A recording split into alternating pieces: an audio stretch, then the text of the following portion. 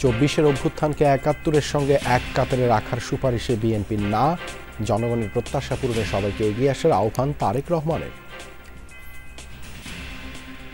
প্রথমে যেটি ধ্বংস করেছিল সেটি হচ্ছে বাংলাদেশের নির্বাচনী ব্যবস্থা। রাষ্ট্রের এই কাঠামোগুলোকে যদি মেরামত না করি, এই দেশকে আমরা আমাদের কাঙ্ক্ষিত লক্ষ্যে নিয়ে যেতে পারবো না।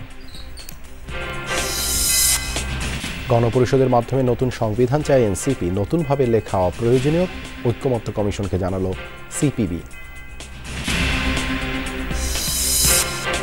জুলাই বিপ্লবে আহতরা জাতির শ্রেষ্ঠ সন্তান, মন্তব্য সেনাপ্রধানের, তাদের পাশে থাকার প্রতিশ্রুতি। আপনারা কখনো মনোবল হারাবেন না, মনোবল হারানোর কিছু নাই। আপনারা জাতির কৃতি সন্তান, আমরা সবসময় আপনাদের পাশে থাকবো ইনশাআল্লাহ। সেনাপ্রধানের সঙ্গে বৈঠকের কথা ফেসবুকে আসা উচিত হয়নি, মন্তব্য সার্জিসের। বাহিনীর সঙ্গে শিক্ষার্থীদের দূরত্ব কাম্য নয়, বলছেন বিশ্লেষকরা।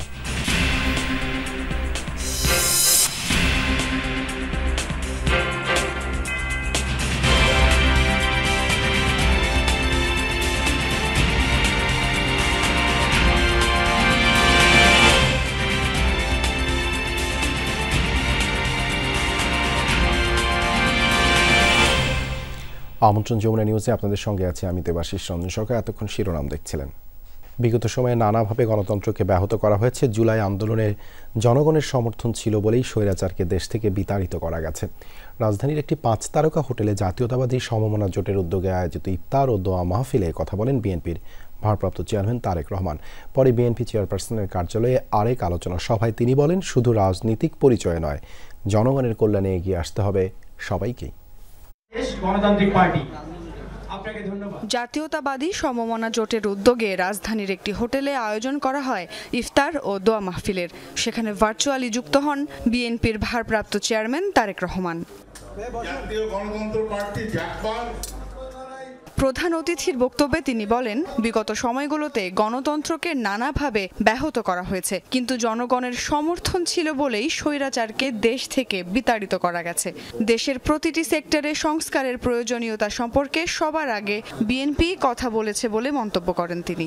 পলাতক যে স্বৈরাচার, তারা কিভাবে দেশের প্রত্যেকটি প্রতিষ্ঠান, সেটি শিক্ষা ব্যবস্থা হতে পারে, সেটি মানুষের স্বাস্থ্য ব্যবস্থা হতে পারে, সবচেয়ে বড় সবচেয়ে প্রথমে যেটি ধ্বংস করেছিল সেটি হচ্ছে বাংলাদেশের নির্বাচনী ব্যবস্থাকে। কাজেই এই বিষয়গুলোকে যদি আমরা মেরামত না করি, এই কাঠামো, রাষ্ট্রের এই কাঠামোগুলোকে যদি মেরামত না করি, এই দেশকে আমরা আমাদের কাঙ্ক্ষিত লক্ষ্যে নিয়ে যেতে পারবো না। এর আগে বিএনপির স্থায়ী কমিটির সদস্য মির্জা আব্বাস বলেন, বিএনপিও আওয়ামী লীগের প্রাতিষ্ঠানিক বিচার চায়। আমরাও আওয়ামী লীগের প্রাতিষ্ঠানিক বিচার চাই। সাংগঠনিক অপরাধের জন্য এই দেশে আইন আছে, কানুন আছে, সেই অপরাধে বিচার হবে এবং সাংগঠনিক বিচার করতে পারে। পরে সন্ধ্যায় গুলশানে আমরা বিএনপি পরিবার এর প্রথম প্রতিষ্ঠা বার্ষিকী উপলক্ষে এক আলোচনা সভায় তারেক রহমান শুধু রাজনীতির জন্য নয়, জনকল্যাণে সকলকে কাজ করার আহ্বান জানান। এই সময় জনকল্যাণে তরুণ সমাজকে এগিয়ে আসার আহ্বান জানান রুহুল কবির রিজভী। রাজনীতির পাশেও মানুষের পাশে দাঁড়ানোর জন্য, সমাজের পাশে দাঁড়ানোর জন্য আমাদের অনেক কিছু করার আছে। যে মানুষগুলো এখনো সম্পৃক্ত নন, এরকম কিছু মানুষকে যদি আমরা উৎসাহিত করে এই কাজে সম্পৃক্ত করতে পারি, তাহলে আরো কিছু মানুষ হেল্প পাবে, আরো কিছু মানুষ সহযোগিতা পাবে, যেটিতে সমাজের উপকার হবে, সর্বোপরি দেশ বা রাষ্ট্রের উপকার হবে। এই দলেরই তৈরি করা সন্তানদের দিয়েই এই ব্যাপক মানবিক কর্মযজ্ঞ যে করা সম্ভব, সেটি আমরা বিএনপি পরিবার করেছে প্রধান পৃষ্ঠপোষকের তার প্রেরণায় এবং তার তাগিদে। তারেক রহমান বলেন, জনগণ রাজনীতির সবচেয়ে বড় পুঁজি, জনগণের কল্যাণেই কাজ করতে হবে রাজনীতিকদের। আমাদের রাজনীতির সবচেয়ে বড় যে পুঁজি জনগণ, তাদের ইস্যুগুলোকে নিয়ে আমাদের কি কথা বলা উচিত না? সুমাইয়া ঐশী, যমুনা নিউজ, ঢাকা। সংবিধানে ৭১ আর ২৪-এর গণ অভ্যুত্থান এক কাতারে আনা সমীচীন নয়। জাতীয় ঐক্যমত্য কমিশনের সংস্কার সুপারিশ নিয়ে দলীয় মতামত হস্তান্তর শেষে কথা জানান বিএনপির স্থায়ী কমিটির সদস্য সালাউদ্দিন আহমেদ। সংবিধানের মূলনীতি বদলানো, গণপ্রজাতন্ত্রী বাদ দিয়ে নাগরিকতন্ত্র রাখা এবং গণপরিষদের ভোট নিয়েও দলটি জানিয়েছে আপত্তি। তবে দুদক সংক্রান্ত 20টি সুপারিশের 11টি বিচার বিভাগের বেশিরভাগ আর জনপ্রশাসনের অর্ধেকের বেশি প্রস্তাবে সম্মত বিএনপি। 17তম রাজনৈতিক দল হিসেবে ঐক্যমত্য কমিশনের 166টি প্রশ্নমালার উপর 20 দিনের পর্যালোচনা শেষে দলীয় মতামত জানিয়েছে বিএনপি। কমিশনের সহসভাপতি অধ্যাপক আলী রিয়াজের হাতে লিখিত মতামত তুলে দেন বিএনপি স্থায়ী কমিটির সদস্য সালাউদ্দিন আহমেদ সহ প্রতিনিধি দল। 5 সংস্কার কমিশনের গুরুত্বপূর্ণ সুপারিশমালায় দুদক সংক্রান্ত প্রস্তাবনা ছিল 20টি, যার 11টিতে সমর্থন দিয়েছে বিএনপি। একটিতে আপত্তি থাকলেও বাকিগুলো আংশিক সমর্থন ও মন্তব্য জানিয়েছে দলটি। জনপ্রশাসনের 26টি সুপারিশের অর্ধেকে সম্মত বিএনপি। বিচার বিভাগের সংস্কার প্রস্তাবেও জানায়নি তেমন আপত্তি। পূর্ণাঙ্গভাবে অধস্তন আদালতের নিয়ন্ত্রণ ক্ষমতা সুপ্রিম কোর্টের হাতে রাখতে চাই। তবে আপত্তি নির্বাচন ব্যবস্থা সংক্রান্ত 27টি সুপারিশের বেশ কিছু নিয়ে। বিএনপি মনে করে সংসদীয় স্থায়ী কমিটির কাছে নির্বাচন কমিশনকে দায়বদ্ধ রাখা যাবে না। সংস্কার কমিশন কিছু রিপোর্ট দিয়েছে, প্রতিবেদন দিয়েছে, যেগুলো আমরা মনে করি নির্বাচন কমিশনের স্বাধীনতার মধ্যে হস্তক্ষেপ, এবং যেগুলো আমরা মনে করি নির্বাচন কমিশনের এখতিয়ারের মধ্যেই থাকা দরকার। যেমন একটি হলো যে এনআইডি, একজন সুপ্রিম কোর্টের বিচারক যেভাবে অপসারিত হয় সেই একই প্রক্রিয়াটা নির্বাচন কমিশন এবং আরও দুই একটা সাংবিধানিক প্রতিষ্ঠানের ক্ষেত্রে প্রযোজ্য। সেখানে পার্লামেন্টের স্ট্যান্ডিং কমিটির কাছে, যেটা অনেকটা রাজনৈতিক সভা হিসেবে আমরা মনে করি, সেখানে নির্বাচন কমিশনের মতো স্বাধীন সাংবিধানিক প্রতিষ্ঠানের জবাবদিহিতা রাখাটা উচিত মনে করছি না আমরা। বিএনপির সবচেয়ে বেশি আপত্তি সংবিধান সংক্রান্ত সুপারিশ নিয়ে। ওনারা 1971 সালের স্বাধীনতা যুদ্ধের সাথে একই কাতারে 2024 সালের গণ অভ্যুত্থানকে নিয়ে এসছেন, যেটা আমরা মনে করি সমীচীন নয়। আগের প্রিয়াম্বলেই থাকা উচিত। পিপলস রিপাবলিক অফ বাংলাদেশ ইংরেজিতে একই থাকবে, কিন্তু বাংলার মধ্যে ওনারা নাগরিকতন্ত্র এবং জনগণতান্ত্রিক বাংলাদেশ লিখতে চান। সেটার কোনো প্রয়োজন আছে বলে আমরা মনে করি না। মূলনীতির মধ্যে যে প্রস্তাবগুলো আছে সেগুলোর হয়তো সংশোধনে আনা যায়, বাট আমরা আমাদের দলের পক্ষ থেকে পূর্ব অবস্থায়, পঞ্চদশ সংশোধনী পূর্ব অবস্থায় বহাল রাখার জন্য আমরা প্রস্তাব করেছি। পাশাপাশি সংস্কার বাস্তবায়নে গণপরিষদের ভোটের তুলনায় জাতীয় সংসদকে বেছে নেওয়ার পরামর্শ সালাউদ্দিন আহমদের। গণভোটের বিধানটা আছে আর্টিকেল 142 অফ দ্য কনস্টিটিউশন। সেখানে বলা আছে যে আর্টিকেল 8, আর্টিকেল 48, আর্টিকেল 56 এবং আর্টিকেল 142 ইটসেলফ, এগুলো যখন সংশোধিত হবে তখন গণভোটের প্রয়োজন হবে। যদি নতুন সংবিধানে আলাপ আলোচনার মধ্য দিয়ে আরও কোনো প্রভিশন যদি এই গণভোটের অধীনে নিয়ে আসা হয়, সেটা তখন দেখা যাবে। সেই সমস্ত ক্ষেত্রে গণভোটের কথা আসতে পারে। আগে সংসদ নির্বাচন করা উচিত, গণভোট নির্বাচন নয়। সংস্কার প্রশ্নে সম্মতি আর আপত্তি নিয়ে ঈদের পর ঐক্যমত্য কমিশনের সাথে বৈঠকে বসবে বিএনপি। দলীয় নেতাদের প্রত্যাশা সেই সময় হবে দ্বিমতগুলোর মীমাংসা। আরিফিন শাকিল, যমুনা নিউজ, ঢাকা। বর্তমান সংবিধানকে একদলীয় মুক্তিযুদ্ধের চেতনা বিরোধী মন্তব্য করে নতুন সংবিধান প্রণয়নের দাবি জানিয়েছে জাতীয় নাগরিক পার্টি। দলটির মতে গণপরিষদ নির্বাচনের মাধ্যমেই সেই সংবিধান প্রণয়ন করা যেতে পারে। জাতীয় সাংবিধানিক কাউন্সিল এবং নির্বাচন কমিশন একসাথে নির্বাচন সম্পন্ন করতে পারে, সেজন্য তত্ত্বাবধায়ক সরকারের দরকার নেই। যদিও বর্তমান বাস্তবতায় সংবিধান নতুন করে লেখাকে অপ্রয়োজনীয় মনে করছে সিপিবি। জাতীয় ঐকমত্য কমিশনে সংস্কারের সুপারিশের উপর দলীয় মতামত জমা দিয়েছে জাতীয় নাগরিক পার্টি। 166টি সুপারিশের মধ্যে 113টির সাথে একমত, 22টি সুপারিশে আপত্তি জানিয়েছে তারা। নির্বাচনে প্রার্থীর বয়স 23 বছর, ভোটের আগে উচ্চকক্ষের প্রার্থীদের তালিকা প্রণয়ন, অর্থবিল এবং দলের বিরুদ্ধে অনাস্থা ভোট দিতে পারবে না, এসব প্রস্তাব রেখেছে নতুন এই দলটি। ইসি এবং সাংবিধানিক কাউন্সিল একসাথে নির্বাচন আয়োজন করবে। তত্ত্বাবধায়ক সরকারের প্রয়োজন নেই বলে মনে করে এনসিপি। বিদ্যমান সংবিধানকে একদলীয় বিতর্কিত দাবি করে নতুনভাবে প্রণয়নে গণপরিষদ নির্বাচনের প্রস্তাব রেখেছে তরুণদের এই দল। দেশ একেবারে নতুন করে স্বাধীন নতুন করে সংবিধান লেখা যাবে না, এরকম কোনো বাধ্যবাধকতা নাই। যারা নির্বাচনের মধ্যে দিয়ে বিজয়ী হবে, জনগণ যাদেরকে ভোট দেবে, তারা গণপরিষদ সদস্য হিসেবে সংসদে, যেটাই বলি মানে কনস্টিটিউয়েন্ট অ্যাসেম্বলি, সেখানে তারা যাবে। গণপরিষদ শেষ হওয়ার পরে ওই নির্বাচিত বডি পার্লামেন্টের রূপ নিতে পারে। পরে ঐকমত্য কমিশনের কাছে দলীয় মতামত জমা দেয় সিপিবি। গণপরিষদ ও নতুন সংবিধান প্রণয়নের প্রয়োজনীয়তা দেখছে না দলটি, জানান সাধারণ সম্পাদক রুহিন হোসেন প্রিন্স। গ্রহণযোগ্য নির্বাচনের জন্য যা যা সংস্কার, এই কাজটা আগে করতে হবে। আমাদের মুক্তিযুদ্ধের মধ্য দিয়ে অর্জিত সংবিধানে অনেক অসম্পূর্ণতা আছে, এই অসম্পূর্ণতা দূর করতে হবে, সংস্কার করতে হবে। পরিষ্কার কথা, সংবিধান সংশোধন, কারণ বাংলাদেশের বাস্তবতায় এখন আমরা সংবিধান নতুন করে লেখা একেবারেই অপ্রয়োজনীয় মনে করি। এর আগে সকালে জাতীয় সংসদের এলডি হলে জাতীয় ঐকমত্য কমিশনের সাথে সংলাপ করে রাষ্ট্র সংস্কার আন্দোলন। সংবিধানে ধর্মনিরপেক্ষতা ভিন্ন নামে রাখার সুপারিশ করে তারা। এছাড়া সংবিধান সংস্কারের বিষয়ে গণভোটের প্রস্তাব দেয় দলটি। আমরা প্রধানত চাই যে আসলে সংস্কারটা নির্বাচনের, জাতীয় সংসদ নির্বাচনের আগে কিংবা জাতীয় সংসদের সাথে যেন হয়। আলোচনার মাধ্যমে একমতে পৌঁছবে দলগুলো, এমন প্রত্যাশা ঐকমত্য কমিশনের। Lovely Bithi, Jamuna news, Dhaka. Cantonment কিংবা রাজনৈতিক দলে যারাই আওয়ামী লীগের পক্ষে কথা বলবে তাদের অবস্থা পতিত স্বৈরাচারের মতোই হবে, এ কথা বলেছেন জাতীয় নাগরিক পার্টির মুখ্য সংগঠক নাসিরউদ্দিন পাটোয়ারি। যাত্রাবাড়ি, শ্যামপুর ও কদমতলী থানার পক্ষ থেকে জুলাই গণ অভ্যুত্থানের শহীদদের স্মরণে দোয়া ও ইফতার মাহফিলে এই মন্তব্য করেন তিনি। নাসিরউদ্দিন পাটোয়ারি বলেন, আওয়ামী লীগের প্রশ্নে কোনো আপোষ নেই, যারাই তাদের পুনর্বাসনের পক্ষে কথা বলবে তারাই এনসিপির শত্রু। রাজনৈতিক দলগুলোকে সাহস থাকলে স্থানীয় সরকার নির্বাচনের পক্ষে কথা বলার আহ্বান জানান তিনি। এনসিপি নেতাকর্মীদের লোকাল গভর্নমেন্ট ইলেকশনের প্রস্তুতি নেওয়ার কথা বলেন তিনি। সংস্কার প্রক্রিয়া শেষ না হলে আওয়ামী লীগের বিচার সঠিকভাবে সম্পন্ন হবে না উল্লেখ করে সরকারকে দ্রুত সংস্কার প্রক্রিয়া শেষ করার তাগিদ দেন এনসিপির মুখ্য সংগঠক।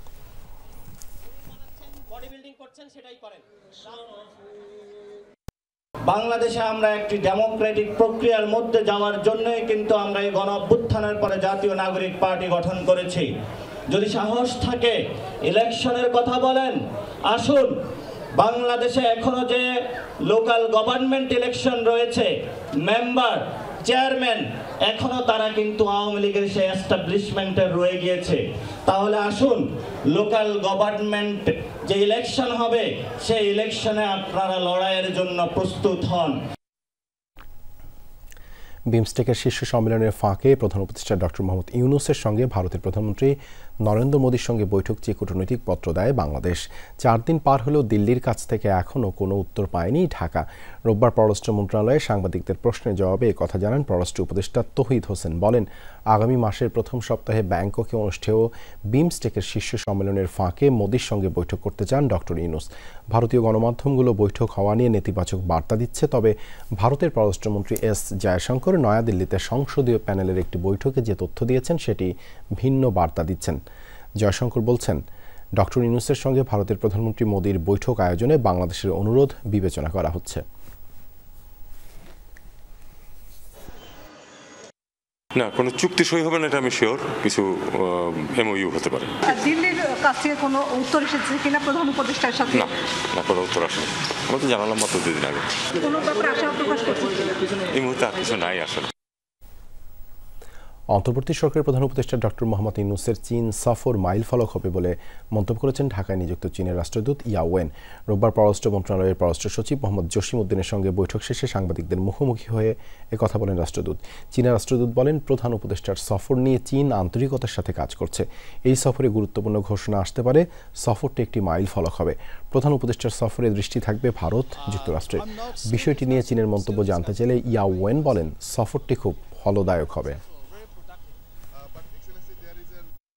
This year, 50th anniversary, so it is a part of function, the most important function to celebrate 50th anniversary. So we are working very closely with Bangladesh. We will ensure it's a very successful, very productive and milestone visit. It is something between China and Bangladesh. We want to make the good one and very benefit for China and Bangladesh. That is our purpose. July বিপ্লবে আহতরা জাতির কৃতি সন্তান, তাঁদের মনোবল হারানোর কিছু নেই, সেনাবাহিনী তাঁদের পাশে থাকবে। রোববার সন্ধ্যায় ঢাকা সেনানিবাসে সেনা মালঞ্চে জুলাই গণ অভ্যুত্থানে আহত শিক্ষার্থীদের সম্মানে আয়োজিত ইফতার ও নৈশ ভোজে কথা বলেন সেনাবাহিনী প্রধান জেনারেল ওয়াকারুজ্জামান। এ সময় সেনাপ্রধান আরও বলেন, আহতদের আর্থিক সহায়তা করা হচ্ছে, ভবিষ্যতেও তা অব্যাহত থাকবে। এ সময় সেনাবাহিনী প্রধান জেনারেল ওয়াকারুজ্জামান জুলাই গণ অভ্যুত্থানে আহত শিক্ষার্থীদের সাথে কুশল বিনিময় করেন এবং তাঁদের খোঁজ খবর নেন। ইফতার ও নৈশ ভোজে জুলাই গণ অভ্যুত্থানে আহত ছাত্রছাত্রী, সেনাবাহিনীর ঊর্ধ্বতন কর্মকর্তা, বেসামরিক বিশিষ্ট ব্যক্তিবর্গ ও বিভিন্ন সরকারি হাসপাতালের পরিচালকগণ অংশগ্রহণ করেন। অনুষ্ঠান শেষে বাংলাদেশ সেনাবাহিনীর পক্ষ থেকে তাঁদের হাতে ঈদ উপহার তুলে দেওয়া হয়। আমরা চেষ্টা করব আপনাদের একটা রিহ্যাবিলিটেশনের জন্য, সেই দিকেই ইনশাআল্লাহ আমরা চেষ্টা করে যাব। এবং এই আর্থিক সাহায্য সহযোগিতা সবসময় আপনাদের প্রতি আমাদের জারি থাকবে ইনশাআল্লাহ। তো আপনারা কখনো মনোবল হারাবেন না, মনোবল হারানোর কিছু নাই। আপনারা জাতির কৃতি সন্তান, আপনারা এই দেশ এবং জাতির জন্য অনেক কিছু ত্যাগ করেছেন। আমি আপনাদের অভিনন্দন জানাচ্ছি, আপনাদের প্রতি কৃতজ্ঞতা জানাচ্ছি এবং আপনাদেরকে এই অ্যাসুরেন্স দিচ্ছি যে আমরা সবসময় আপনাদের পাশে থাকবো ইনশাআল্লাহ। হাসনাত আবদুল্লাহর সাথে খানিকটা দ্বিমত পোষণ করে ফেসবুকে স্ট্যাটাস দিলেন ২৪-এর আন্দোলনের অন্যতম সংগঠক সার্জিস আলম। লিখেছেন, সেনাপ্রধান নয়, তাদের আগ্রহেই ১১ মার্চ বৈঠক হয়েছিল। বৈঠকে শুধু ৩ জনই উপস্থিত ছিলেন, তবে এতটা গোপনীয় বৈঠকের কথাবার্তা যেভাবে ফেসবুকে এসেছে তা সমীচীন হয়নি মন্তব্য করেছেন জাতীয় নাগরিক পার্টির উত্তরাঞ্চলের মুখ্য সংগঠক। এ ধরনের তৎপরতা ভবিষ্যতে আস্থার সংকট তৈরি করতে পারে, এই শঙ্কা প্রকাশ করেন সার্জিস। ১১ তারিখের বৈঠকে সেনাপ্রধানের তরফ থেকে আওয়ামী লীগ ইস্যুতে কোনো চাপ প্রয়োগ করা হয়নি, কেবল মতামত জানানো হয়েছিল। পরিশোধিত আওয়ামী লীগের রাজনীতিতে ফেরার গুরুত্বের কথা জানিয়েছিলেন সেনাপ্রধান জেনারেল ওয়াকারুজ্জামান। তবে রাজনীতিতে কোনোভাবেই আওয়ামী লীগকে ফেরানোর পক্ষে নন সার্জিস। গত কয়েকদিনে ছাত্র নেতৃবৃন্দের বক্তব্য জাতিকে বিভ্রান্তির মধ্যে ফেলেছে বলে মন্তব্য করেছেন গণ অধিকার পরিষদের সভাপতি ও ডাকসুর সাবেক ভিপি নুরুল হক নূর। বিকেলে চাঁদপুর হাসান আলী সরকারি উচ্চ বিদ্যালয় মাঠে জুলাই গণ অভ্যুত্থানের শহীদদের স্মরণ ও আহতদের সুস্থতা কামনায় দোয়া ও ইফতার আয়োজন করে গণ অধিকার পরিষদ। এ সময় নূর আরও বলেন, দায়িত্বশীল অবস্থানে থেকে এমন কোনো কথা বলা উচিত নয় যাতে ষড়যন্ত্রকারীদের ফায়দা লোটার রাস্তা তৈরি হয়। দেশের কোনো বাহিনী বা প্রতিষ্ঠানকে বিতর্কিত না করার আহ্বানও জানান গণ অধিকার পরিষদ সভাপতি। ইফতারে বিএনপি, জামায়াতে ইসলামী সহ বিভিন্ন রাজনৈতিক দলের নেতৃবৃন্দ উপস্থিত ছিলেন। কিছু ছাত্র নেতৃবৃন্দর গত কয়েকদিনের বক্তব্য পুরো জাতিকে একটা বিভ্রান্তির মধ্যে ফেলে দিয়েছে। তাদেরকে অনুরোধ করব, একটু দায়িত্বের সাথে কথা বলুন। এমন কথা বলবেন না যেটা একটা সংকট উস্কে দেবে, ষড়যন্ত্রকারীদের ফায়দা লোটার রাস্তা তৈরি করে দেবে। বাংলা নববর্ষ উদযাপনে এবার সকল জাতি গোষ্ঠীর অংশগ্রহণ নিশ্চিত করা হবে বলে জানিয়েছেন সংস্কৃতি উপদেষ্টা মোস্তফা সরোয়ার ফারুকী। বরাবরের মতো এবারও চারুকলা থেকে বের হবে শোভাযাত্রা, তবে এটা মঙ্গল শোভাযাত্রা নাকি নতুন কোনো নামে হবে সে বিষয়ে সোমবার সিদ্ধান্ত নেওয়া হবে। এবার বাংলা নববর্ষ বা পহেলা বৈশাখ ভিন্নভাবে উদযাপনের উদ্যোগ নিয়েছে সরকার। উদযাপন উপলক্ষে সংস্কৃতি মন্ত্রণালয়ের বিশেষ বৈঠকে বিভিন্ন সাংস্কৃতিক সংগঠনের প্রতিনিধিরা অংশ নেন। বৈশাখে ছায়ানট, সুরের ধারার সাথে সাংস্কৃতিক অনুষ্ঠানে অংশ নেবে সাইমুম শিল্পী গোষ্ঠী। যেভাবে আজকের এই সিদ্ধান্ত আমাদের হয়েছে, মনে হবে যেন সারা দেশব্যাপী একটা সংস্কৃতির উৎসব হচ্ছে। 14 এপ্রিল একটা নতুন কিছু নিয়ে বাংলাদেশের সামনে আসবে এবং I wish all the success. আমিও এর পার্ট হতে পারে, ভেরি এক্সাইটেড। শুধু বাংলা নববর্ষ না, সকল জাতিসত্তার আদিবাসী যতগুলো জনগোষ্ঠী আছে সবার উপস্থিতিতে, সবার অংশগ্রহণে আমরা যেভাবে অনুষ্ঠান এত বছর ধরে করে আসছি, আমরা সেই ধারায় করব। সমাজ থেকে কোনো রীতিকে বাদ দেয়া ভালো নয় মন্তব্য করে সংস্কৃতি উপদেষ্টা বলেন, নিরাপত্তা নিশ্চিত করে এবার পহেলা বৈশাখকে পরিণত করা হবে সবার উৎসবে। এটা খুবই কালারফুল একটা উৎসব হবে এবং এটা সকল জাতিগোষ্ঠীর পোশাক, রং, গান, সঙ্গীত সবকিছুর অংশগ্রহণে শোভাযাত্রা হবে। আমরা বিশ্বাস করি আগে যেরকম সামনে র্যাপ পিছে র্যাপ দিয়ে মিছিল করতে হতো, সেটা করতে হবে না। বাংলাদেশের মানুষ এটা তাদের সবার উৎসব। এখানে সংখ্যাগরিষ্ঠ মুসলমান, তো সেই হিসেবে ইসলামী সংস্কৃতির প্রতিফলন কিভাবে আমাদের বিভিন্ন অনুষ্ঠানে করা যায় সেই বিষয়ে আলোচনা হয়েছে। শোভাযাত্রায় রেওয়াজ ও পরিবর্তনের মিশ্রণ করার উদ্যোগ নেওয়া হচ্ছে বলে জানান ঢাকা বিশ্ববিদ্যালয়ের উপাচার্য। আমরা রেওয়াজ চাচ্ছি, সম্মান করতে চাচ্ছি, ঐতিহ্যকে সম্মান করতে চাচ্ছি, তার পাশাপাশি যে পরিবর্তনটি হয়েছে তাকেও জায়গা দিতে চাচ্ছি। শোভাযাত্রার নাম পরিবর্তন হবে কিনা তা নিয়ে সোমবার ঢাকা বিশ্ববিদ্যালয়ে বৈঠক হবে। সেখানে ইউনেস্কোর বিশ্ব ঐতিহ্যের যে স্বীকৃতি তাকে স্মরণে রেখেই চূড়ান্ত সিদ্ধান্ত নেওয়া হবে বলে জানান উপদেষ্টা। এটার নাম ছিল আনন্দ শোভাযাত্রা, সেখান থেকে হয়েছে মঙ্গল শোভাযাত্রা, রাইট? যেই নাম একবার পরিবর্তিত হয়েছে, যদি সবাই সর্বসম্মত হয় তাহলে আবার পরিবর্তন হতে পারে, আবার যদি সবাই সম্মত হয় পরিবর্তন নাও হতে পারে। এটা কালকে সবাই নির্ধারিত হবে। এদিকে সামাজিক যোগাযোগ মাধ্যমে দেয়া এক স্ট্যাটাসে স্থানীয় সরকার উপদেষ্টা আসিফ মাহমুদ সজীব ভুঁইয়া জানান, এবার রাজধানীবাসীর ঈদকে আরও উৎসবমুখর করতে আয়োজন করা হবে ঈদ আনন্দ মিছিল। পুরাতন বাণিজ্য মেলা মাঠে হবে ঈদের জামাত, তার পাশেই হবে মেলার আয়োজনও। আরিফুর রহমান সবুজ, যমুনা নিউজ, ঢাকা। আশুলিয়ার লাশ পোড়ানোর মামলার তদন্ত শেষ। জুলাই গণহত্যার এটি প্রথম মামলা যার তদন্ত সম্পন্ন হলো। চিফ প্রসিকিউটর তাজুল ইসলাম বলেছেন, ঈদের পর আরও কয়েকটি মামলার তদন্ত রিপোর্ট হাতে পাবেন তারা। রোববার নিজ কার্যালয়ে একথা জানান আন্তর্জাতিক অপরাধ ট্রাইব্যুনালের চিফ প্রসিকিউটর। তিনি বলেন, দল হিসেবে আওয়ামী লীগের বিচারের সুযোগ রয়েছে, তবে সেই সিদ্ধান্ত নিতে হবে সরকারকে।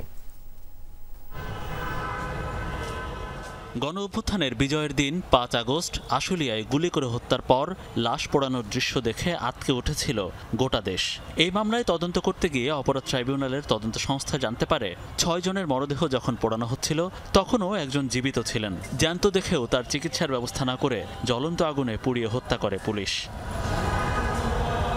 এরকম লোমহর্ষক তথ্য উঠে এসেছে আশুলিয়ায় গণহত্যা মামলার তদন্ত প্রতিবেদনে, যেটি এরই মধ্যে চলে এসেছে প্রসিকিউশনে। এছাড়া ঢাকার উত্তরা, রামপুরা, যাত্রাবাড়ি, চাঙ্কারপুলের হত্যাযজ্ঞের মামলার তদন্ত প্রায় শেষ পর্যায়ে। জানা গেছে আশুলিয়ার মামলায় আসামি করা হয়েছে 10 জনকে। ঈদের পর শেখ হাসিনার মামলা সহ আরও কয়েকটি তদন্ত প্রতিবেদন হাতে পাওয়ার কথা। একটা রিপোর্ট আমাদের হাতে চলে এসেছে, বাকি 3 থেকে 4টা মামলার তদন্তর ফিনিশিং টাচ চলছে এবং এটা আশা করছি ঈদের পরপরই আমাদের হাতে এই রিপোর্টগুলো চলে আসবে। এই রিপোর্টগুলো আসার সাথে সাথেই আমরা পর্যালোচনা করে আনুষ্ঠানিক যে অভিযোগ অর্থাৎ ফর্মাল চার্জ আমরা দাখিল করে ফেলব এবং ফর্মাল চার্জ দাখিলের মধ্য দিয়ে কিন্তু আনুষ্ঠানিক বিচারের যাত্রাটা শুরু হবে। চিফ প্রসিকিউটর বলেন, আন্তর্জাতিক মানসম্পন্ন বিচার করতে গেলে যৌক্তিক সময় লাগবেই। হতাশ না হওয়ার পরামর্শ তার। সাম্প্রতিক আলোচিত ইস্যু আওয়ামী লীগের বিচার নিয়েও কথা বলেন তিনি। ট্রাইব্যুনালের ব্যাপারে হতাশাব্যঞ্জক কোনো বক্তব্য দেওয়ার কোনো প্রয়োজন নেই, কারণ আমরা আমাদের দায়িত্বের ব্যাপারে সচেতন, আমরা আমাদের দায়িত্বের প্রতি কমিটেড।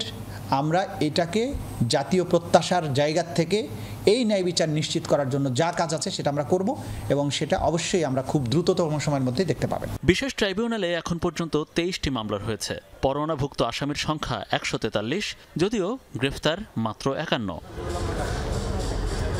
মনিরুল ইসলাম, যমুনা নিউজ, ঢাকা।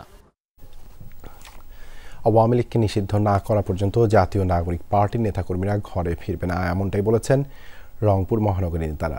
রোববার সন্ধ্যায় নগরীতে বিক্ষোভ মিছিল ও সমাবেশ করে জাতীয় নাগরিক পার্টি। টাউন হলের সামনে থেকে বের হওয়া মিছিলটি বিভিন্ন সড়ক প্রদক্ষিণ করে। প্রেস ক্লাবের সামনে সমাবেশে বক্তারা বলেন, তারুণ্যের বাংলায় আওয়ামী লীগের ঠাঁই হবে না। জুলাই অভ্যুত্থানে গণহত্যায় জড়িতদের সর্বোচ্চ সাজা নিশ্চিতের দাবি জানান তারা।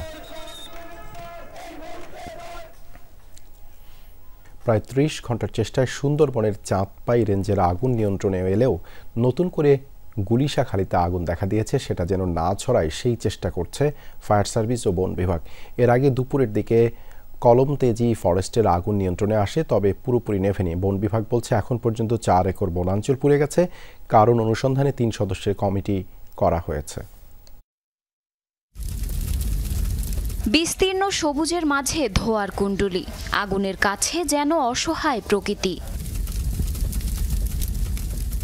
সুন্দরবনের চাঁদপাই রেঞ্জের কলমতেজি ফরেস্টের আগুন নিয়ন্ত্রণে আসতে না আসতেই 1 কিলোমিটার দূরে গুলিশাখালীতে নতুন করে আগুনের সূত্রপাত। ফায়ার সার্ভিস ও বন বিভাগের চেষ্টা চলছে সেটি নিয়ন্ত্রণে।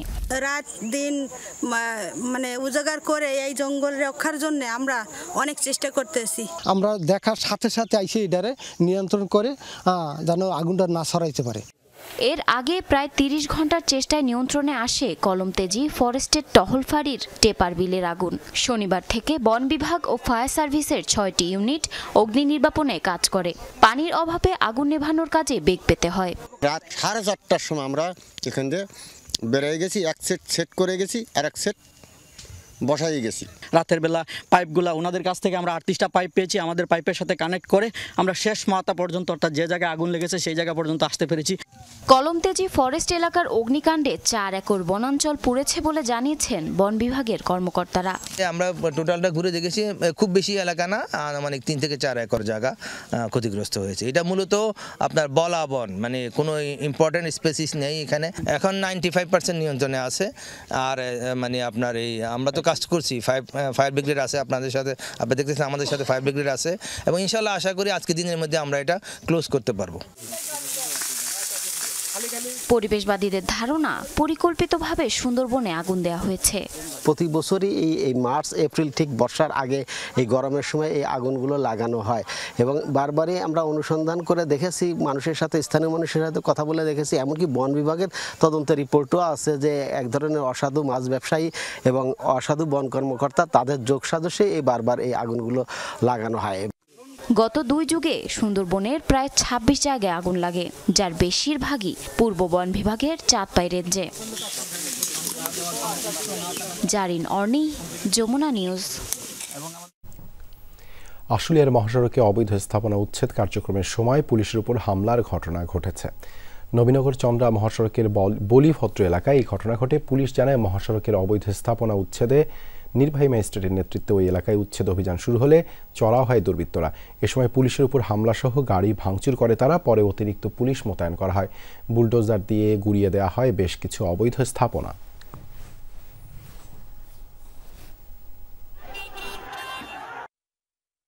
শেষের দিকে এসে কতগুলো দুষ্কৃতকারী হলো যৌথ বাহিনীর উপরে তাড়িয়ে আসে। তবে আমরা এদেরকে মার্ক করতে পেরেছি যে কে এর মধ্যে আছে। অবৈধ চাঁদাবাজ যারা রয়েছে, যারা বিশেষ করে আইন শৃঙ্খলা ঠিকমতো দাঁড়াতে দিচ্ছে না, তাদের প্রতি আমাদের একটাই মেসেজ থাকবে যে কাউকে ছাড় দেওয়া হবে না। পাবনা বিজ্ঞান ও প্রযুক্তি বিশ্ববিদ্যালয়ের সামনের সড়ক থেকে এক ব্যক্তির মরদেহ উদ্ধার করেছে পুলিশ। মরদেহটি উদ্ধার করে থানায় নেওয়া হয়েছে। পুলিশ জানায়, মুজাহিদ ক্লাব এলাকায় ইফতার পার্টির কথা বলে বাড়ি থেকে বের হয় মিলন। পরে খবর পাওয়া যায় পাবনা ঢাকা মহাসড়কের বিজ্ঞান ও প্রযুক্তি বিশ্ববিদ্যালয়ের সামনে তার মরদেহ পড়ে আছে। ময়নাতদন্তের পর মৃত্যুর কারণ জানা যাবে বলে জানিয়েছে পুলিশ। পরিবারের দাবি, মিলনকে হত্যা করা হয়েছে।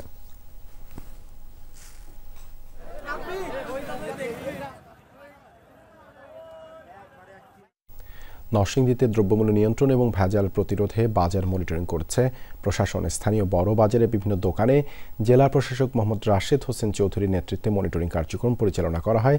তিনি বলেন, সারা বছর জেলার বাজারগুলোতে মনিটরিং করা হলেও রমজান ও ঈদকে ঘিরে এর পরিধি বাড়ানো হয়েছে। আইনশৃঙ্খলা পরিস্থিতি নিয়ে ক্রেতা বিক্রেতারা সন্তুষ্ট রয়েছে বলেও জানান তিনি। এ সময় পুলিশ সুপার আব্দুল হান্নান, নরসিংদী বড় বাজার বণিক সমিতির সভাপতি বাবুল সরকার সহ ভোক্তা অধিকার ও নিরাপদ খাদ্য কর্তৃপক্ষের কর্মকর্তারা উপস্থিত ছিলেন।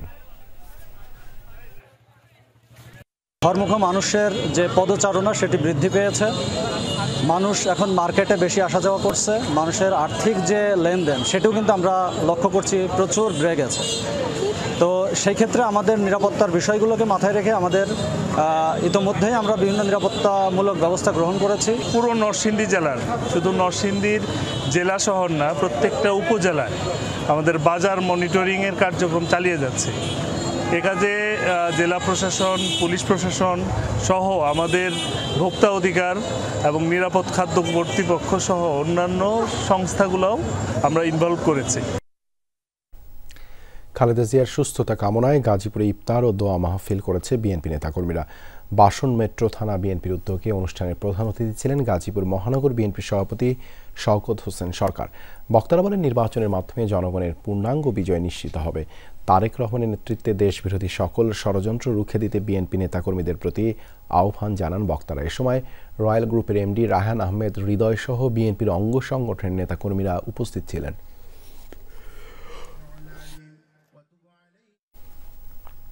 চট্টগ্রামে সুবিধাবঞ্চিত নিম্ন আয়ের মানুষের মধ্যে ইফতার সামগ্রী বিতরণ করেছে বিভিন্ন সংগঠন। নগরীর বহদ্দার হাটে এক অনুষ্ঠানে কয়েকশো মানুষের হাতে তুলে দেওয়া হয় খাদ্য সামগ্রী। এ সময় চট্টগ্রাম মহানগর বিএনপির সভাপতি এরশাদুল্লাহ, নগর ছাত্রদলের যুগ্ম আহ্বায়ক মাহমুদুর রহমান বাবু সহ অনেকে উপস্থিত ছিলেন। এ সময় এমন উদ্যোগে অন্যদেরও এগিয়ে আসার আহ্বান জানান তারা। অন্যদিকে বায়েজিত এলাকার মোহাম্মদনগর হাউজিং সোসাইটি চত্বরে ইফতার সামগ্রী বিতরণ করেন চট্টগ্রাম মহানগর যুবদলের সাবেক যুগ্ম সম্পাদক এরশাদ হোসেন। পুরো রমজান জুড়ে এই কার্যক্রম অব্যাহত রাখার কথা জানান আয়োজকরা। কুষ্টিয়া সাংবাদিক ইউনিয়নের আয়োজনে দোয়া ও ইফতার মাহফিল অনুষ্ঠিত হয়েছে। রোববার দিশা টাওয়ারে আয়োজিত ইফতার মাহফিলে প্রধান অতিথি ছিলেন বাংলাদেশ ফেডারেল সাংবাদিক ইউনিয়নের ভারপ্রাপ্ত সভাপতি ওবায়দুর রহমান শাহিন।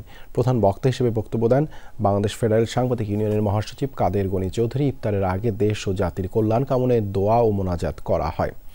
ইফতার মাহফিলে বিভিন্ন গণমাধ্যমের সাংবাদিক, রাজনৈতিক দলের নেতৃবৃন্দ, কবি, সাহিত্যিক সহ সুধীজনরা উপস্থিত ছিলেন। অনলাইন ভিত্তিক ফুড ডেলিভারি প্রতিষ্ঠান ফুডির আয়োজনে রাজধানীতে চলছে ব্যতিক্রমী ইফতার ও সেহরি ফেস্ট। বনানীর কামাল আতাতুর্ক এভিনিউ মাঠে প্রতিদিন দুপুর 2টা থেকে রাত 3টা পর্যন্ত চলবে জমজমাট এই আয়োজন। ব্যতিক্রমী ফেস্টে অংশ নিচ্ছে পুরান ঢাকার ঐতিহ্যবাহী বিউটি লাচ্ছি, মোহাম্মদপুরের ঐতিহ্যবাহী মোস্তাকিম কাবাব, ঢাকা মেট্রো সহ 30টির বেশি নামি দামি ঐতিহ্যবাহী রেস্টুরেন্ট, যেখানে পাওয়া যায় রেগুলার ইফতার আইটেমের পাশাপাশি ফাস্টফুড, চাইনিজ, ডেজার্ট, সালাদ, ফ্রেশ জুস সহ জনপ্রিয় সহ ইফতারি আইটেম। এছাড়া সেহরির জন্য রয়েছে খিচুড়ি, বিরিয়ানি সহ নানা পদের খাবার। নামি দামি সব রেস্টুরেন্টের খাবারের স্বাদ নিতে পারায় খুশি ভোক্তারাও। ফেস্টে ছোটদের জন্য রয়েছে বিনোদনের ব্যবস্থা। আগামী 29 মার্চ পর্যন্ত প্রতিদিন দুপুর 2টা থেকে রাত 3টা পর্যন্ত চলবে ব্যতিক্রমী এই আয়োজন। ভালো বেশ কিছু ব্র্যান্ডগুলো দেখলাম যারা আছে, যাদের বেসিক্যালি এখানে পাওয়া যায় না, যেমন ডিসেন্ট আছে। সো এগুলো আসলে খেতে যাওয়ার জন্য সেই পুরোনো ঢাকায় যাওয়া স্ট্রাগল অনেক, তো এখানে এসে ভালো লাগছে যে এখানে সব ট্রাই করতে পারছি। মোহাম্মদপুর গেলে 2 ঘন্টা নাই, পুরান ঢাকা গেলে 3 ঘন্টা নাই, তো এখানে আসলে একসাথে সবগুলো নিতে পারতেছে। আমরা পুরান ঢাকা থেকে আসছি, ঐতিহ্যবাহী বিউটি লাচ্ছি 103 বছরের পুরানো। এখানে লেবুর শরবত, লাচ্ছি, ফালুদা। এখানে খাবারের আপনি প্রচুর বৈচিত্র্যতা পাবেন, যেমন হচ্ছে যে আপনার এখানে আপনি লাচ্ছি, ফালুদা থেকে শুরু করে ভারী খাবার পর্যন্ত, সেহরির সময় যে খাবার মানুষ খায়, ভাত, ডাল, ভর্তা বা মাংস, এই জাতীয় খাবারগুলো আপনি এখানে পেয়ে যাবেন। ফ্রান্সে বাংলাদেশ প্রেস ক্লাবের নতুন কার্যকরী কমিটি ঘোষণা করা হয়েছে। বুধবার রাজধানী প্যারিসের এক রেস্তোরাঁয় কমিটি ঘোষণা করেন সংগঠনের প্রতিষ্ঠাতা সভাপতি ও প্রধান নির্বাচন কমিশনার আবু তাহির। নতুন কমিটিতে সভাপতি নির্বাচিত হয়েছেন নিউজ 24 চ্যানেলের ফ্রান্স প্রতিনিধি ফেরদৌস করিম আখনজি। সাধারণ সম্পাদক হয়েছেন জিটিভির ফ্রান্স প্রতিনিধি মিজানুর রহমান। TVN 24-এর টিভির ফ্রান্স প্রতিনিধি শেখ সামিরাকে সাংগঠনিক সম্পাদক ও ফ্রান্স দর্পণ পত্রিকার চিফ রিপোর্টার মাঝহারুল ইসলামকে কোষাধ্যক্ষ নির্বাচন করা হয়েছে। মোট 27 সদস্য বিশিষ্ট এই কমিটির মেয়াদ হবে 2 বছর। কমিটি গঠনের আগে ইফতার ও দোয়া মাহফিলের আয়োজন করা হয়। এ সময় ফ্রান্সে কর্মরত বিভিন্ন বাংলাদেশি সংবাদ মাধ্যমের প্রতিনিধিরা সহ ফ্রান্স প্রেস ক্লাবের নেতৃবৃন্দ উপস্থিত ছিলেন। রমজান উপলক্ষে বাহরাইনের নবীনগর সমাজ কল্যাণ ঐক্য পরিষদের উদ্যোগে ইফতার ও দোয়া মাহফিল অনুষ্ঠিত হয়েছে। বুধবার রাজধানী মানামার একটি রেস্তোরাঁয় এই মাহফিল অনুষ্ঠিত হয়। এতে সভাপতিত্ব করেন সংগঠনের সভাপতি মোহাম্মদ কামাল উদ্দিন। যৌথভাবে অনুষ্ঠান পরিচালনা করেন সিনিয়র সহসভাপতি শাহ মোয়াজ্জেম হোসেন সোকার্ণ ও সাধারণ সম্পাদক মোহাম্মদ জালাল উদ্দিন মুন্সি। বক্তব্য রাখেন সংগঠনের যুগ্ম সম্পাদক বাদশাহ আলমগীর ও সহসভাপতি জানে আলম মুন্সি। অনুষ্ঠানে প্রধান অতিথি ছিলেন বাংলাদেশ দূতাবাসের শ্রম সচিব মোহাম্মদ মাহফুজুর রহমান। বিশেষ অতিথি ছিলেন বাংলাদেশ বিজনেস ফোরাম বাহরাইনের সভাপতি মোহাম্মদ আইনুল হক সরকার। আরও উপস্থিত ছিলেন সংগঠনের প্রধান উপদেষ্টা মোহাম্মদ খায়রুল বাশার, উপদেষ্টা কাজী সাইদ সাদেক, সহসভাপতি মোহাম্মদ মোজাহিদুল ইসলাম সহ প্রবাসীদের বিভিন্ন সামাজিক ও রাজনৈতিক সংগঠনের নেতৃবৃন্দ। বাংলাদেশ দূতাবাস, বাংলাদেশ কমিউনিটি সহ সর্বস্তরের সামাজিক রাজনৈতিক সংগঠনের সকল স্তরের নেতৃবৃন্দ উপস্থিত হয় আমি নবীনগর সমাজ কল্যাণ ঐক্য পরিষদের পক্ষ থেকে সবাইকে জানাচ্ছি আন্তরিক মোবারকবাদ। আজকে নবীনগর সমাজ কল্যাণ ঐক্য পরিষদের দোয়া ও ইফতার মাহফিলে বাংলাদেশ দূতাবাস ও বাংলাদেশ কমিউনিটি সর্বস্তরের নেতৃবৃন্দ উপস্থিত হওয়াতে সবাইকে নবীনগর সমাজ কল্যাণের পক্ষ থেকে ধন্যবাদ জানাচ্ছি। ইতালিতে বেস্ট ইন্ডিয়ান ফুড অ্যান্ড রেস্টুরেন্টের উদ্যোগে অনুষ্ঠিত হয়েছে ইফতার ও দোয়া মাহফিল। উত্তর ইতালির শহর ভেনিসের মেস্ট্রেতে ভিয়া পিয়েভেতে এ আয়োজন করা হয়। অনুষ্ঠানে রেস্টুরেন্টের মালিক শফিক সরকারের আমন্ত্রণে ভেনিস বাংলাদেশ প্রেস ক্লাব ইতালির সাংবাদিকরা অংশ নেয়। আরও উপস্থিত ছিলেন প্রায় 70 জন রাজনৈতিক, সামাজিক ও আঞ্চলিক সংগঠনের নেতৃবৃন্দ। পবিত্র কুরআন তেলাওয়াত দিয়ে শুরু হয় অনুষ্ঠান। পরে বিশ্ব মুসলিমের শান্তি কামনায় দোয়া করা হয়। ইফতার শেষে রেস্টুরেন্টের মালিক শফিক সরকার ভেনিস বাংলাদেশ প্রেস ক্লাব ইতালির নেতৃবৃন্দের সাথে মত বিনিময় করেন।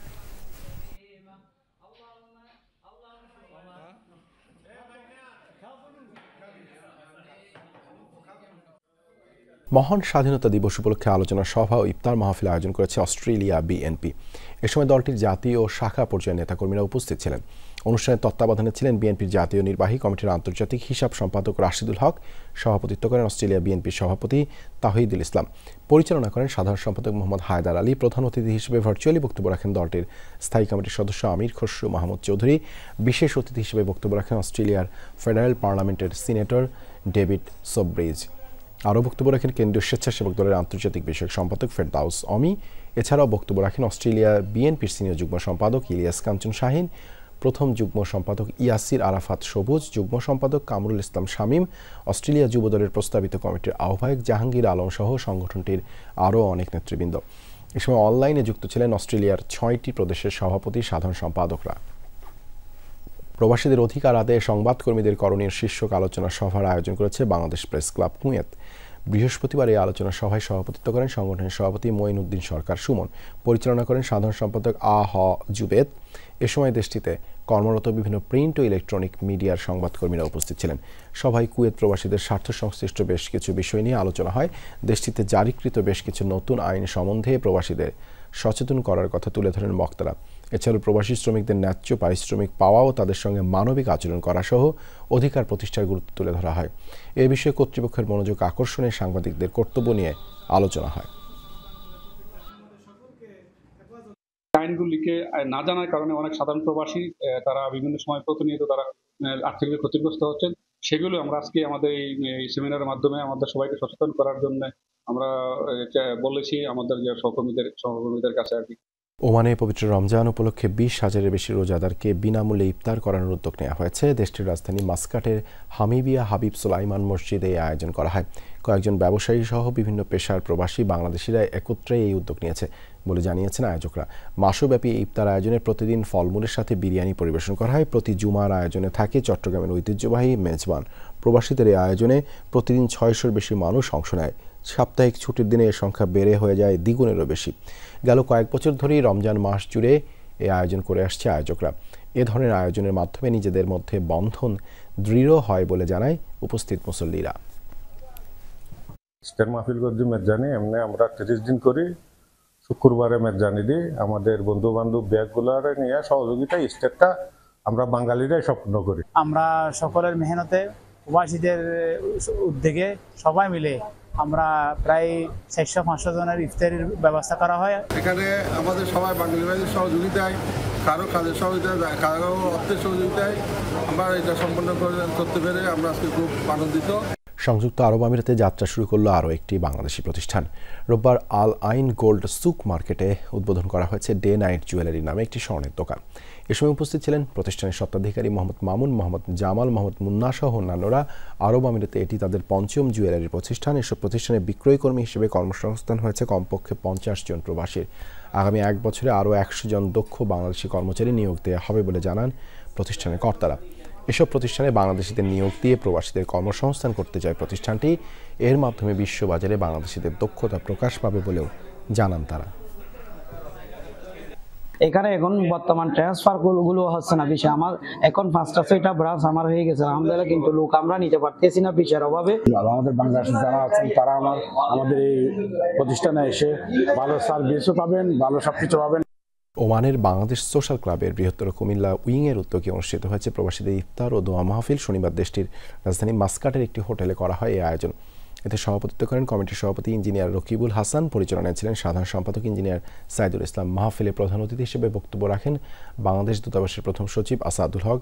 এছাড়াও বক্তব্য রাখেন ফোরকান আহমদ। উপস্থিত ছিলেন বাংলাদেশ সোশ্যাল ক্লাবের প্রতিনিধিরা। এ সময় আগত 4 শতাধিক মুসল্লির মাঝে বিতরণ করা হয় রমজানের শুভেচ্ছা উপহার। যদি কোনো ভুল ত্রুটি থেকে থাকে দয়া করে ক্ষমার সুন্দর দৃষ্টিতে দেখবেন। আপনাদের সবার উপস্থিতি আমাদের প্রোগ্রামকে সফল ও সাফল্যমণ্ডিত করেছেন। বৈষম্যহীনতার কথা বলে অন্তর্বর্তী সরকার ক্ষমতায় এলেও সর্বক্ষেত্রে এখনও বৈষম্য করা হচ্ছে, এমন মন্তব্য করেছেন অর্থনীতিবিদ আনু মোহাম্মদ। বাংলাদেশ গাছ রক্ষা আন্দোলনের এক সংবাদ সম্মেলনে তিনি বলেন, পতিত সরকারের বেআইনি ও অগ্রহণযোগ্য প্রকল্প এখনও চলমান থাকাটা দুঃখজনক। স্বাধীনতার 53 বছর পরও মাঠ পার্ক রক্ষায় আন্দোলনে নামা লজ্জাস্কর বলে মন্তব্য করেন তিনি। পান্থকুঞ্জ পার্ক ও হাতিরঝিল জলাধার ধ্বংস করে এফডিসি থেকে পলাশী পর্যন্ত এলিভেটেড এক্সপ্রেসওয়ে প্রকল্পের সংযোগ সড়ক বাতিলের দাবিতে অবস্থান কর্মসূচির 100তম দিন উপলক্ষে ছিল বিশেষ সংবাদ সম্মেলন। তাতে বলা হয়, শহরবাসীকে উপেক্ষা করে গুটি কয়েক সুবিধাভোগীর কথাই ভেবেছিল তৎকালীন সরকার, যা চলমান রেখেছে বর্তমান সরকারও।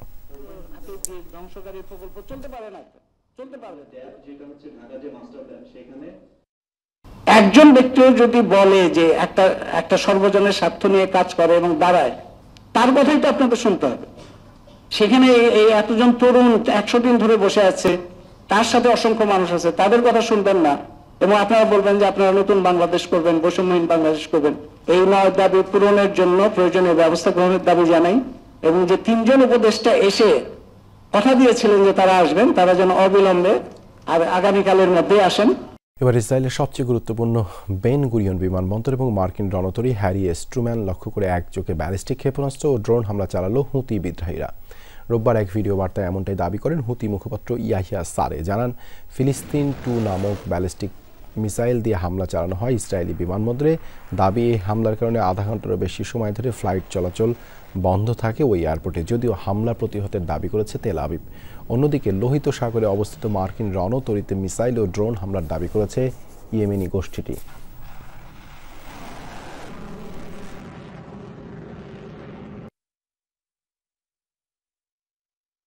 আগামী 28 এপ্রিল অনুষ্ঠিত হতে যাচ্ছে কানাডার আগাম নির্বাচন। রোববার দেশটির নতুন প্রধানমন্ত্রী ও লিবারেল নেতা মার্ক কার্নি এ ঘোষণা দেন। সাবেক প্রধানমন্ত্রী জাস্টিন ট্রুডোর স্থলাভিষিক্ত হওয়ার 2 সপ্তাহেরও কম সময় এমন ঘোষণা দিলেন তিনি। এর আগে কানাডার পার্লামেন্ট ভেঙে দিতে গভর্নরের সাথে বৈঠক করেন মার্ক কার্নি। চলতি বছরের অক্টোবরের 20 তারিখের মধ্যে অনুষ্ঠিত হওয়ার কথা ছিল কানাডার সাধারণ নির্বাচনে। তবে বিশ্লেষকদের মত, পরিস্থিতি সুবিধাজনক হওয়ায় এখনই আগাম নির্বাচনের ঘোষণা দিয়েছে কানাডার লিবারেল পার্টি। 2015 সাল থেকে কানাডার নেতৃত্বে দলটি 9 বছর ক্ষমতায় থাকার পর গেল জানুয়ারিতে প্রধানমন্ত্রী হিসেবে পদত্যাগের ঘোষণা দেন জাস্টিন ট্রুডো। পাকিস্তানের পশ্চিমাঞ্চলে আফগানিস্তান সীমান্তে সংঘর্ষে 16 জন জঙ্গি নিহত হয়েছে। রোববার দেশটির ওয়াজিরিস্তান জেলায় এই ঘটনা হয় বলে জানিয়েছে পাকিস্তানের সেনাবাহিনী। রাতভর সীমান্তবর্তী এলাকাটিতে সশস্ত্র গোষ্ঠীর সদস্যদের সাথে সেনাবাহিনীর গোলাগুলি চলে। পরে সেনা সদস্যদের গুলিতে প্রাণ হারায় সবাই। নিহতরা সবাই পাকিস্তানে অনুপ্রবেশের চেষ্টা করছিল বলে দাবি ইসলামাবাদের। তারা সবাই নিষিদ্ধ জঙ্গি গোষ্ঠী তেহরিকি তালেবান পাকিস্তান টিটিপির সদস্য বলে জানা গেছে। গেল কয়েকদিন ধরেই আফগান সীমান্তবর্তী এলাকাগুলোতে পাকিস্তানি বাহিনীর সাথে টিটিপির সংঘর্ষ চলছে।